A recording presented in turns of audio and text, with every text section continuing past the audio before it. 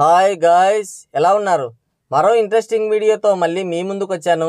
ఈ వీడియో చివరి వరకు చూసి నచ్చితే ఒక లైక్ వేసుకోండి. ఓకే, ఇక వీడియో స్టార్ట్ చేద్దాం. ఆలుబిడ్డలు అన్నానికి ఏడుస్తుంటే చుట్టానికి పిల్లలు లేరని రామేశ్వరం పోయాడంట ఎవడో. ఇక్కడున్న దరిద్రపు దౌర్భాగ్య హిందువులు కూడా అదే పనిచేస్తున్నారని వాపోతున్నారు మేధావులంతా. ఒకప్పుడు మత ప్రాతిపదికన భారత్ రెండు ముక్కలైంది. మన నుంచి విడిపోయిన పాకిస్తాన్ ఒక ముస్లిం కంట్రీగా ప్రకటించుకుంది. ఇక్కడ మెజారిటీ హిందువులైనా ప్రపంచమంతా హిందూ దేశం అని పిలిచినా సరే మన భారత్ మాత్రం అధికారికంగా హిందూ దేశం కాలేకపోయింది. ఇది ఎవడి అసమర్థత వల్ల? కులం కోసం కూటి కోసం తన్నుకు చచ్చే హిందూ చౌటల వల్ల? టమోటాలు, ఎల్లిపాయలు, ఉల్లిపాయలు తక్కువ రేటుకి ఇస్తే చాలు ఎవడి ముడ్డి నాకడానికైనా సిద్ధంగా ఉండే పనికిమాలిన దద్దమ్మల వల్ల. అందుకే ఇంటివాడిని లేపి దొంగ చేతికి కట్టే ఇచ్చినట్లు సెక్యులరిజం అనే పదాన్ని చేర్చి మిమ్మల్ని అందరినీ పిచ్చికూకలను చేశారు. ఒక క్రిస్టియన్ కోసం 100 దేశాలు పైనే ఉన్నాయి, ఒక ముస్లిం కోసం 58 దేశాలున్నాయి. మరి హిందువుల కోసం ఏ దేశం ఉంది? ఎవడున్నాడు?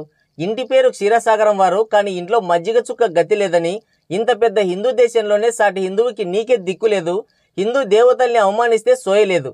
అలాంటిది మొగోళ్ళు బంగ్లాదేశ్లో ఉన్న హిందువుల్ని రక్షించాలని ఏదో ఎటకారాలు దెంగుతున్నారు. మన హిందువులు ఎలా ఉంటారంటే, నిజం చెప్తున్నాను, గుద్ద ఎండినప్పుడు ఒక మాట, గుద్ద బలిసినప్పుడు ఒక మాట మాట్లాడతారు. మన దేశంలో పశ్చిమ బెంగాల్లో హిందూ అమ్మాయిల్ని పబ్లిక్గా రేప్ చేస్తే సేవ్ బంగ్లాదేశ్ అని ఎవడు అనలేదే. రాముణ్ణి, కృష్ణుణ్ణి, హిందూ దేవి దేవతల్ని యథేచ్ఛగా తూలనాడుతుంటే నోరెత్తలేదే. అప్పుడు లేవని నోరు ఇప్పుడు లేస్తుంది. మీకు ఇల్లే తీర్థం, వాకిలే వారణాసి, కడుపే కైలాసం. సృష్టిగా తిని కోడిగుడ్డు మీద ఈకలు పీకోక మీకెందుకురా ఇవన్నీ దద్దమలారా అని నవ్వుతున్నారు మేధావులు. మన పక్క దేశమైన బంగ్లాదేశ్లో దేశ ప్రధాని షేక్ హసీనానే చావు బతుకుల మధ్య పరుగులు పెట్టించారు. ఎందుకు? ఆమె చేసిన తప్పేంటి? కేవలం భారత్తో సఖ్యతగా ఉండడం మాత్రమే ఆమె చేసిన తప్పు. సివిల్ సర్వీసెస్లో రిజర్వేషన్లు రద్దు చేయాలని తలపెట్టిన ఉద్యమం వాటిని రద్దు చేసినా ఆగలేదు. అది తీవ్ర రూపం దాల్చి ప్రధానినే దేశం విడిపించేలా చేసింది. అక్కడున్న హిందువుల్ని దారుణంగా చంపేశారు, ఆడవాళ్ళని రేప్ చేశారు. ఇక్కడ నువ్వు బొచ్చు పోయిందని కులం కోసం కొట్టుకు చస్తున్నావు కదా, అక్కడ దాన్ని ఎవ్వడూ అడగడం లేదు, పట్టించుకోవడం లేదు కూడా. నీది ఏ కులం అని ఎవ్వడూ చూడడం లేదు. హిందూ అయితే చాలు, మగాడైతే చంపడం, ఆడదాన్ని అయితే అనుభవించడం, అంతే. No more arguments. అలాంటి దయనీయ దౌర్భాగ్య పరిస్థితి బంగ్లా కంటే ముందే భారత్కు వచ్చిండేది. కానీ అది మన వరకు రాకుండా రాజకీయ కురుక్షేత్రంలో నిలబడ్డాడు నరేంద్ర మోదీ. ఆయన దయ వల్లే హిందువులు ఇంత దర్జాగా ఉన్నారు ఈ దేశంలో. నిత్యం మన సైనికుల్ని కాల్చి చంపుతున్న పాకిస్తాన్ని నోట్ల రద్దు చేసి చివరికి గోధుమ గింజల కోసం అడుక్కునే స్థాయికి తెచ్చాడు. అతిపెద్ద హిందూ దేశమైన భారత్లో 80% హిందువులు ఉండి కూడా అయోధ్య రామ మందిరం కట్టించుకోలేక బీదర్పులు అరుస్తుంటే వచ్చిన 5 ఏళ్లకే సమస్యను పరిష్కారం చేసి మరో 5 ఏళ్లలో రామమందిర నిర్మాణం చేసి చూపించాడు. ఒక్కసారి ఆలోచించండి, మోదీయే లేకుంటే ఇంకో 1500 ఏళ్ళైనా సరే రామమందిరం మనం కట్టుకునే వాళ్ళమా? ఆలోచించండి ఒకసారి.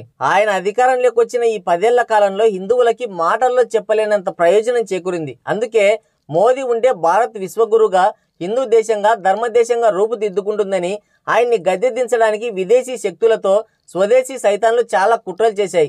రైతు ఉద్యమం పేరిట కొన్నాళ్ళు, ఖలిస్తాన్ ఉద్యమం పేరుతో కొన్నాళ్ళు, మత విద్వేషాలతో కొన్నాళ్ళు, ఇలా ఎన్ని కుట్రలు చేసినా ఆయన తిప్పికొట్టాడు. అందుకే ఏమీ చేయలేక రాక్షస మూకలన్నీ ఏకమై మొన్న ఎలక్షన్స్లో నిలబడ్డాయి. చాలా వరకు విజయం సాధించాయి కూడా. ఒకనాటి కురుక్షేత్ర సంగ్రామంలో అభిమన్యుడు పద్మవ్యూహంలో నిలబడినట్లు నిలబడ్డాడు. అభిమన్యుడిని ఏమీ చేయలేక వెనుక నుంచి కొట్టి చంపింది రాక్షస జాతి. అయితే ఆనాడు అభిమన్యుడు ఓడిపోయింది వాళ్ళు వెనుక నుంచి కొట్టినందుకు కాదు, ఆయనకి సపోర్టుగా నిలబడే అర్జునుడు లేక. అర్జునుడు కాపాడతాడనే పద్మవ్యూహానికి చాలా దూరంగా తీసుకెళ్లారు. అందుకే ఆ రణరంగంలో అభిమన్యుడు తల వంచాడు. ఇక్కడ అభిమన్యుడు అంటే నరేంద్ర మోదీ, అర్జునుడు అంటే మన ఓటు. ఈ రోజున మనం ఏకమై ఆయనకి ఓటైనందుకే రాబోయే కాలం గడ్డు కాలం అని ముందస్తు హెచ్చరికలు వినబడుతున్నాయి. ఈ ఓట్లు కూడా ఆయనకి పడకూడదని కులగణన చేసి హిందువుల్ని విడగొట్టి పడగొట్టడానికి తీవ్ర సన్నాహాలు జరుగుతున్నాయి. ఓటు అనే గాంధీవంతో అర్జునుడి వలె విజృంభించి అభిమన్యుడిని కాపాడుకుంటావో, అతన్ని వదిలేసుకొని కుక్కచావు చేస్తావో ఓ హిందువా నువ్వే తేల్చుకో. ఐకమత్యంగా ఉంటే హిందువులం, లేదంటే కాలగర్భంలో కలిసిపోయే అనామకులం. గుర్తుపెట్టుకో. ఒక్కసారి బీజేపీ గవర్నమెంట్ దిగిందా నీ పక్కలో బల్లెం వచ్చి చేరుతుంది. ఖచ్చితంగా ఇది మాత్రం గుర్తుపెట్టుకో. అయినా సరే నిజాలు చెప్పేవాడిని మేము నమ్మం. మాకు కావాల్సింది దేశాలు ముక్కలు చేసేవాడు, మమ్మల్ని బానిసల్ని చేసి అమ్మేవాడు, మమ్మల్ని నరికి చంపేవాడు, మా ఆడవాళ్ళని ఎత్తుకుపోయేవాడు, వాళ్ళకి పట్టం కడతామంటే అది మీ మూర్ఖత్వం. అయినా మోదీ తాత కూడా వినడు. మీకెందుకయ్యా ఈ పనికిమాలిన హిందువుల్ని ఉద్ధరించే పని అంటే? పోయి నువ్వు విశ్రాంతి తీసుకో తాత. ఈ ఎదవలకి ఐకమత్యం రాదు, బుద్ధి రాదు. వీళ్ళేంటంటే మన దగ్గరకు వచ్చినప్పుడు చూసుకుందాంలే అనుకుంటారు. తీరా వచ్చిన తర్వాత ఏం చేస్తారు? ఏమీ చేయలేరు. వాళ్ళ దగ్గర వంగబడతారు. ముందుగానే మేలుకుంటే వినరు, పట్టించుకోరు.